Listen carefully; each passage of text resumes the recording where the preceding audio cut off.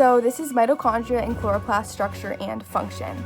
So the most important thing is that it has two membranes. It is the outer membrane, which allows things to come in and out of the cell, but it also has an inner membrane, which kind of spans back and forth and also has cristae shooting off of it. And that's important because it increases the surface area to volume ratio, which makes the cell a lot more efficient. And the way that ATP is produced is chemicals from the cell kind of pass through the membrane, and it converts the energy, which produces the ATP, and it also stores calcium.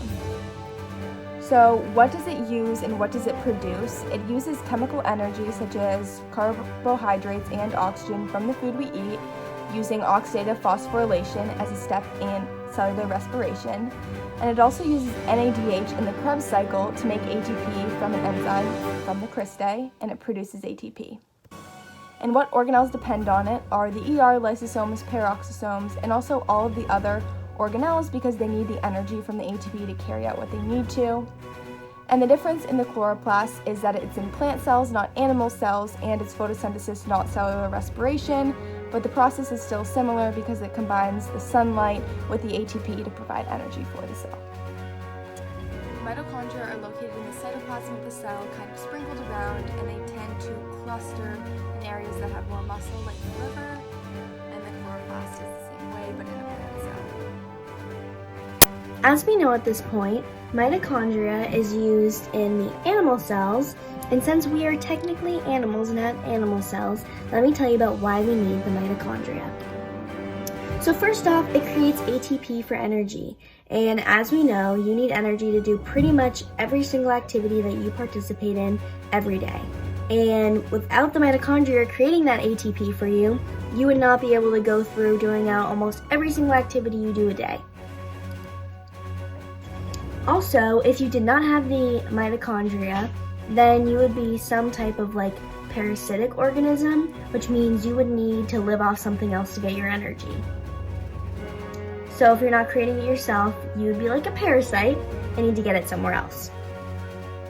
Lastly, the mitochondria also helps release a cell chemical that signals cells to die. And this helps prevent diseases that basically make a large number of cells die at the same time, and that can lead to organ damage and failure. And this is a little diagram of how it gets to a cell dying, and basically without the mitochondria this process wouldn't be possible. So why vote for the mitochondria and chloroplast? Well, as you know, as in the information before, the mitochondria and chloroplast create ATP to keep organelles in the cell running.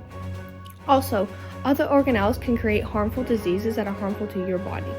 For example, the lysosome can develop lysosomal storage disorders, in which toxic waste builds up in the lysosome inside your cells and inside your body.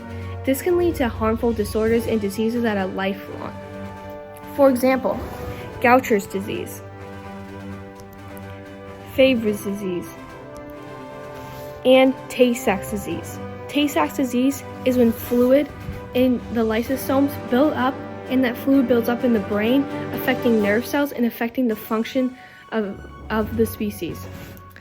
Other organelles that develop diseases include the nucleus. The nucleus holds genetic information, while the mitochondria performs a complicated process of cellular respiration. The nucleus, genes located from the correct position in the nucleus can cause them to malfunction and may lead to the heart, blood vessels, and muscles breaking down. Also, gene malfunctions can lead to lifelong disorders as well.